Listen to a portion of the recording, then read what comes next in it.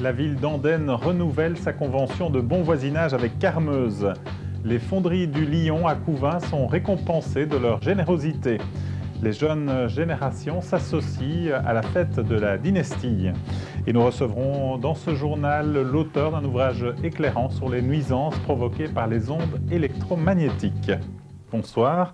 Benoît Loup, vous êtes écobiologue, et là je me penche sur mes notes, technicien chimiste et consultant scientifique et technique en environnement électromagnétique. Si vous êtes avec nous ce soir, c'est que vous venez de publier un ouvrage intitulé « Pollution électromagnétique ». Alors on vient de voir là un sujet ensemble avec des pollutions bien concrètes, la poussière, le bruit.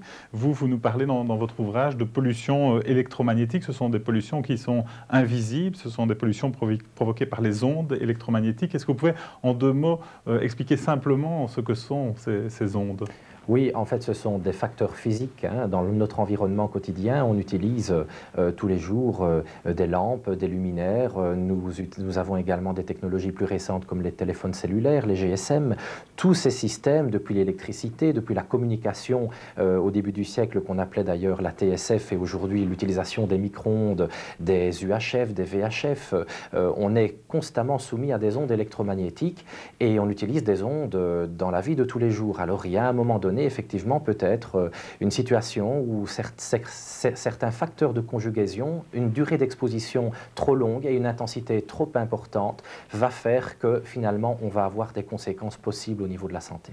Alors justement, la santé, on en a parlé beaucoup de ces problèmes à propos du GSM, à propos du GSM qui est un outil nouveau, qui n'existait pas il y a quelques années. Alors est-ce que l'utilisation du GSM, est-ce que l'installation de toutes ces antennes peut poser des problèmes de santé publique ?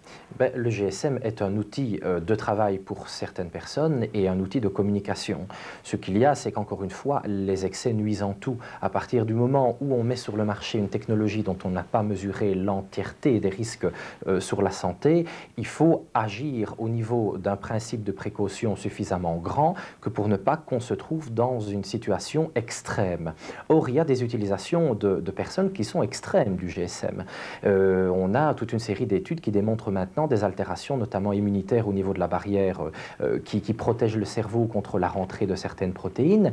Et comme le dit le professeur Salfort de l'université de Lund en Suède, on assiste à la plus grande expérience biologique de l'humanité où 1/3 de la population utilise un GSM. Donc il faut absolument en tenir compte dès aujourd'hui. On ne peut plus attendre. Alors ce qui est étonnant, c'est que quand on achète un GSM sur la boîte, il n'y a aucune notice particulière qui attire votre attention, qui attire l'attention de l'utilisateur sur ces éventuels problèmes. C'est-à-dire que les constructeurs ont pour devoir quand même de prévenir au niveau des recommandations internationales, qui ne sont pas des normes, mais qui préviennent de l'effet d'échauffement au niveau du GSM, pour des durées d'exposition assez courtes de quelques minutes. Or, l'effet à long terme, on ne le connaît pas suffisamment. On a déjà un certain nombre de témoignages, on a déjà un certain nombre de recherches également menées sur les animaux que l'on peut donc utiliser en référence et qui permettraient donc déjà de définir des périodes pendant lesquelles on utilise le GSM de façon à la réduire de plusieurs dizaines de minutes à plusieurs minutes, effectivement, parce qu'il n'y a pas que l'effet d'échauffement qui soit un effet biologique. Alors, est-ce que vous avez l'impression aussi que les pouvoirs publics prennent suffisamment de précautions ? Je pense notamment dans l'installation des antennes, par exemple, la multiplication des antennes. Ça peut varier d'une commune à l'autre, et la région parfois malheureusement décide d'un avis différent de celui qui a été décidé par la commune ou par un groupe de riverains qui est contre l'installation d'une antenne. Là, c'est une atteinte au droit à l'environnement et au droit à la santé selon la Constitution, et il faut effectivement faire très attention. Aujourd'hui, nous avons une norme au niveau de la santé publique qui, moi, me semble, en tant que scientifique indépendant, beaucoup trop élevée par rapport à ce que déjà certaines personnes décrivent au niveau comment dirais-je, des symptômes. Ce syndrome, ces symptômes qui peuvent exister sont connus depuis très très longtemps, depuis la fin des années 70, qu'on connaît sous le nom de syndrome des micro-ondes, c'est-à-dire migraine, céphalée, des troubles du confort de vie. Alors, c'est peut-être pas une pathologie, ça, mais c'est déjà le début de « il faut faire attention dès maintenant et ne pas installer les antennes ». Peut-être là où il y a une concentration de population, notamment d'enfants, qui seraient exposés à ces rayonnements. Encore faut-il être vraiment dans l'axe de ces rayonnements et tenir compte des autres antennes qui existaient déjà avant et qui sont les antennes radio et TV. On est soumis à un ensemble. Vous avez l'impression que dans le flou, on n'est pas assez prudent ? Effectivement, la prudence dépend aussi d'une reconnaissance indépendante. Et à ce niveau-là, c'est vrai que les industriels, peut-être aussi, ont intérêt à ce qu'il n'y ait pas trop de recherche indépendante qui démontre peut-être le contraire de ce qui pourrait nuire à une activité commerciale. Et là, on est dans un domaine où, effectivement, parfois les lobbies peuvent prendre une position qui peut être délicate. Mais ici, je ne lance absolument pas la pierre, d'ailleurs.